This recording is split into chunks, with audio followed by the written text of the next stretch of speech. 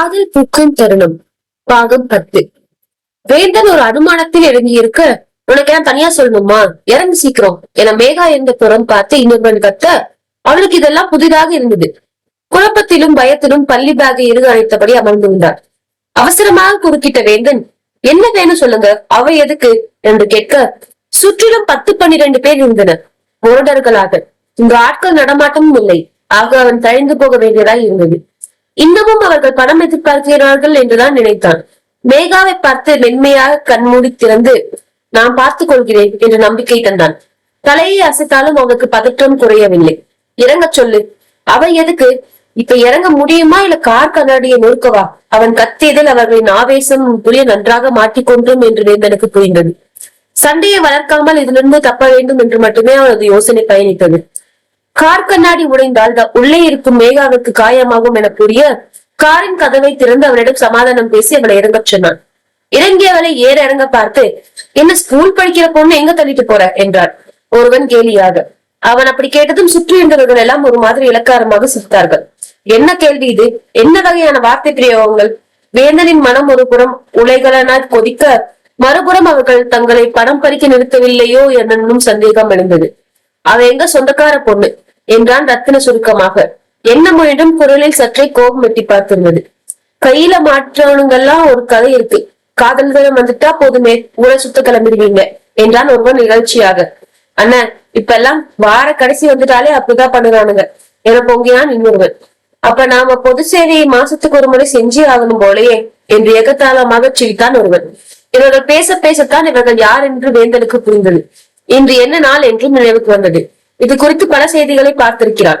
இப்படி அவனே மாட்டிக்கொள்வான் என்று எண்ணி பார்த்ததில்லை. சுற்றியும் பலர் இருப்பதை கருத்தில் கொண்டு வேந்தன் வாக்குவாதமோ சண்டையோ போடாமல், நீங்க எங்களை தப்பா நினைச்சிட்டீங்க, அவள் நான் ஸ்கூல்ல இருந்து கூட்டிட்டு போறேன் என தங்களின் நிலைமையை விலக்கி பேச, அதேதான் நாங்களும் சொல்றோம், நீ தள்ளிட்டு போறேன்னு. சரி, போறதான் போற, இந்த தாலியை கட்டி கூட்டிட்டு போ என்று சட்டென்று மஞ்சள் கயிற்றில் மஞ்சள் கிழங்கை கட்டி வைத்திருந்த தாலி சரடை எடுத்து அவன் முகத்திற்கு நேராக நீட்ட இருவருமே அதிர்ந்து விழித்தார்கள். என்ன பாக்குற, என்ன அப்படி? இதை கட்டினா உடனே போயிடலாம், இல்ல நாங்க தாலி கட்டிடுவோம் இதை கோணலாக சிரிக்க, நீங்க தப்பா புரிஞ்சுக்கிட்டீங்க, நாங்க லவ்வர்ஸ் எல்லாம் இல்ல, ஏன்னா எங்க அப்பாவுக்கு போன் பண்ணி தரேன், கேளுங்க, இல்ல உங்களை யாராவது இருந்தா வந்து பாருங்க முயன்று பொறுமையை இழுத்து பிடித்தபடி கூறினான். கூடவே, என்ன இந்த வழியில் யாரும் வரவில்லை என்று யோசனையும் ஒரு புறம் எழுந்தது. இந்த சாலையில் ஆள் நடமாட்டம் குறைவுதான், ஆனால் அவ்வப்போது வாகனங்கள் வரும், இப்பொழுது பார்த்து ஒன்றையும் காணவில்லையே என்று நினைத்தான். இங்கிருக்கும் கட்சிக்காரர்கள் சாலையின் இருபுறம் வாகனங்களை வேறு வழியில் மாற்றி அனுப்பி கொண்டிருப்பது வேந்தனுக்கு தெரிய வாய்ப்பில்லையே.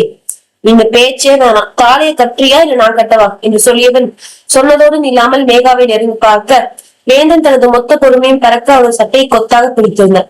கூடவே கன்னத்தில் பலார் என்று அறையையும் வேறுவிடவும், எங்க அண்ணனையே கை வைக்கிறியா என இருவர் அவனிடம் எகிரிக்கொண்டு வந்து அடி வாங்கினர். அவன் எதிர்த்து அடித்து துவங்கவுமே மூவர் மேகாவை சுற்றி வைத்து கத்தியை எடுத்திருந்தனர். அவனை என்னடா பண்ணவீங்க? வேந்தன் அவசரமாக அவளை நோக்கி வர, இந்த தாலியை வாங்க என அதட்டினான் ஒருவர். மேகாவை சூழ்ந்திருக்கும் ஆட்களும் அவர்கள் கையில் தூக்கியிருந்த ஆயுதமும் அவனை அந்த நொடியை முடிவெடுக்க வைத்தது. தங்களை நிக்கொட்டு புரிய, இது கட்டணும் அவ்வளவுதானே, எல்லாரும் அவளை விட்டு விளையாடுங்க, நான் கட்டுறேன் என்று அவ்விடமே அதிரும்படி கத்தினான். அவன் சொன்னதில் இதை முன்னாடியே செய்யறதுக்கு என்ன என மேகாவை சுற்றி நின்றிருந்தவர்கள் விலகி நின்றார்கள். தாலி செல்வன் தன்னை நெருங்கும் வேந்தனை கண்டு அதிர்ந்த மேகா, வேண்டாம், தாலியை கட்டாத என்று தீனமான குரலில் மறுத்தார். நான் கட்டாட்டி அவன் கட்டுவான், லூஸ் மாதிரி பேசாத மேகா என்று அதிர்ச்சினான் வேந்தன். அவனுக்கும் என்னவோ போல்தான் இருந்தது. என்ன இருந்தாலும் தாலி விஷயம் ஆயிற்றே, அவனை வேறு வழி இல்லாமல் தனக்குத்தானே 1000 சமாதானம் செய்து இதை செய்ய நினைத்தால் இவள் வேறு தடுக்கிறாளே என்று இருந்தது. எவனோ ஒருத்தன் கட்டினா அது தாலி ஆகிடுமா?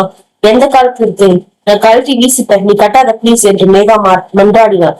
சிறு பிள்ளைத்தனமான பேச்சு போல இருந்தாலும் அவனுக்கு யாரும் மஞ்சள் கயிறை கட்டினாலும் அது திருமணம் என்றாகிவிடுமா என்று தான் திடமான எண்ணம்.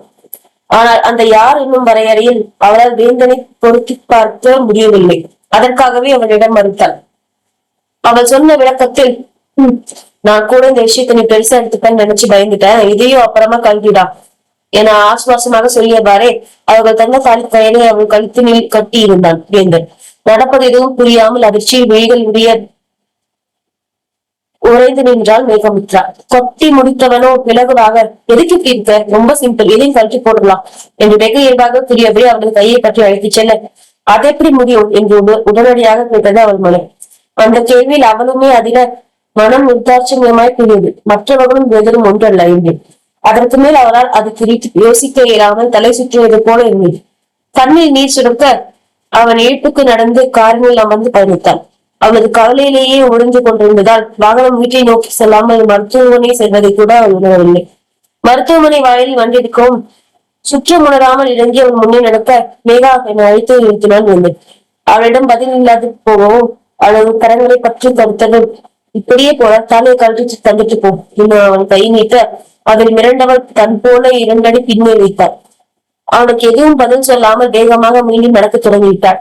அவள் என்ன நினைக்கிறாள் என்று அவனுக்கு எதுவும் புரியவில்லை. அவளது செய்கையில் அவன் மிகவும் குழப்பமானான்.